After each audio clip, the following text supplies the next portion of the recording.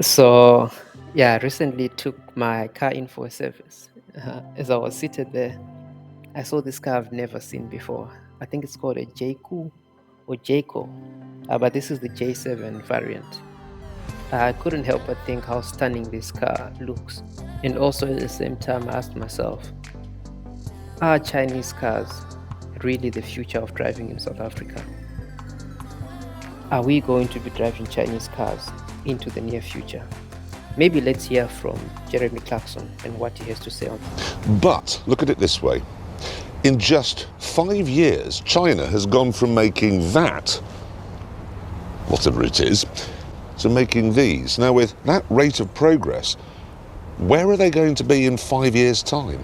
Well, that does take us back to our original question, actually. So, in 5 years' time, everybody will be driving Chinese cars. Yes, we probably will. We are doomed. We are doomed. We've absolutely... Is it... In the plums! Wait, did they just say we are doomed? Okay, let's accept for now. Let's accept for now that indeed we are doomed. Chinese cars are here to stay, and they are not going anywhere. If you've been following what I discuss usually on my channel, I talk of business. I look at listed companies in any industry. But for now, I want us to discuss an interesting concept I came across, which is called disruptive innovation. And please bear in mind, we're still discussing cars here, but yes, this is the business side of cars. I'll try to be quick and simplify it as much as I can. So this theory basically says in an industry, you have the dominant players or the seasoned players that are there.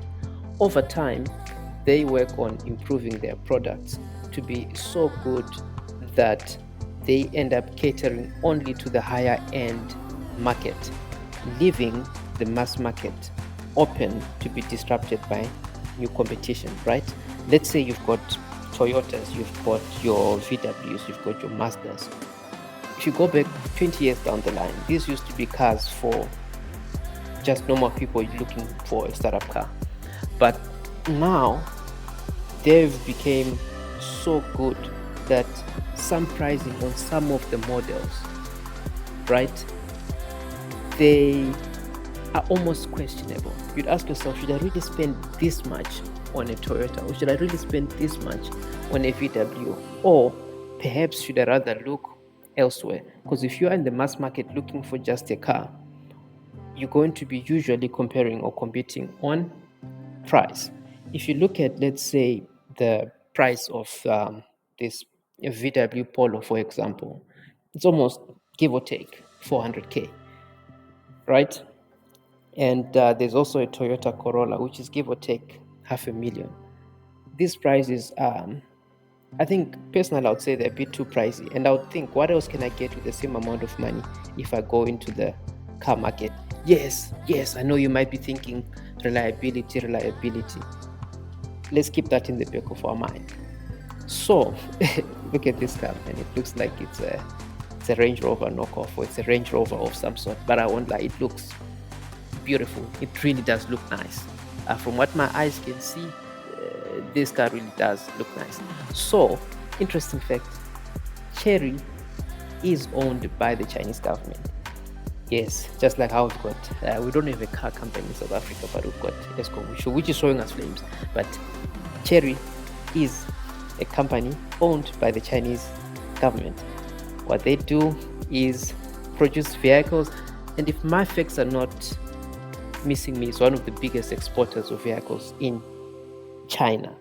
This is where it gets a little bit interesting. I think we're talking about reliability and quality. So in China, you just can't have a foreign brand come in out of nowhere and say, we're going to sell our cars to your market. No, not so fast. You have to partner with the local brand. In this case, Jaguar Land Rover, let's say they want to sell their cars to the Chinese market, they have to partner with Chery. So there is actually a 50-50 joint venture between Chery, which is government owned in China, and Jaguar Land Rover, which is owned by Tata, a whole different ballgame, right?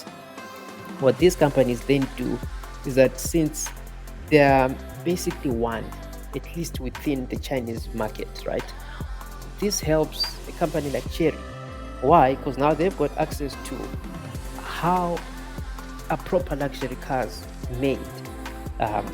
They can see how a Range Rover is being made. They can see how a Jaguar is being made. The same production line that's making Jaguar and Land Rover to sell to the Chinese market will be the same. I would like to believe would be the same production line that would be used for other Chery brands. Even if it's not the case, right? That information can be easily shared between the brands. That's why you'd have this car here, Omoda. Never knew this car until last year. I think this is the Omoda C5 GT. Just got to the South African market.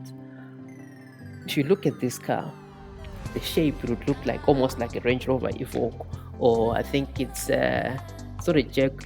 I forgot the name of the Jag, but there is a Jag feeling to it. If you're inside the car, the charging plate looks like a Tesla.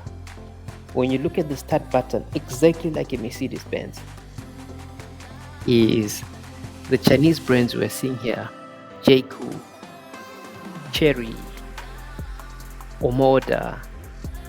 They take a whole lot of inspiration from other brands, right? Just like what we've spoken about, there's Jaguar, there's Land Rover that have partnered with this. So that information exchange then allows brands like Chery to then deliver to the mass market basically affordable luxury. When I say inspiration from other brands, it's just me being diplomatic. Some could say they just copy how the other brands do their stuff and then give you that. Nonetheless, let's go back to the original question that we had in mind, which is, are Chinese cars taking over the car market in South Africa? Let's just look at the numbers. The numbers will not lie to us. So we've got Chery and Haval as the leading Chinese automotive companies in South Africa. If you look at both of their numbers, we're looking at just less than 3,600 cars. And I think these numbers, they go to around end of November, if not December 2023. And then compare that with just one brand, Toyota. And you see that Toyota is at like almost 12,000 units. So is it fair to say Chinese cars are taking over the market? Probably not, right? Because Toyota is selling about 3 times as much. Nonetheless, with enough time, with enough exposure, with enough use, that can change. And for me, this is where I'd like to end. Thank you so much for spending your time to watch this. And thank you so much for engaging in the other video I posted on the Hilux. And yeah, I hope we're going to be sharing a whole lot more and just engaging and discussing online. Thank you.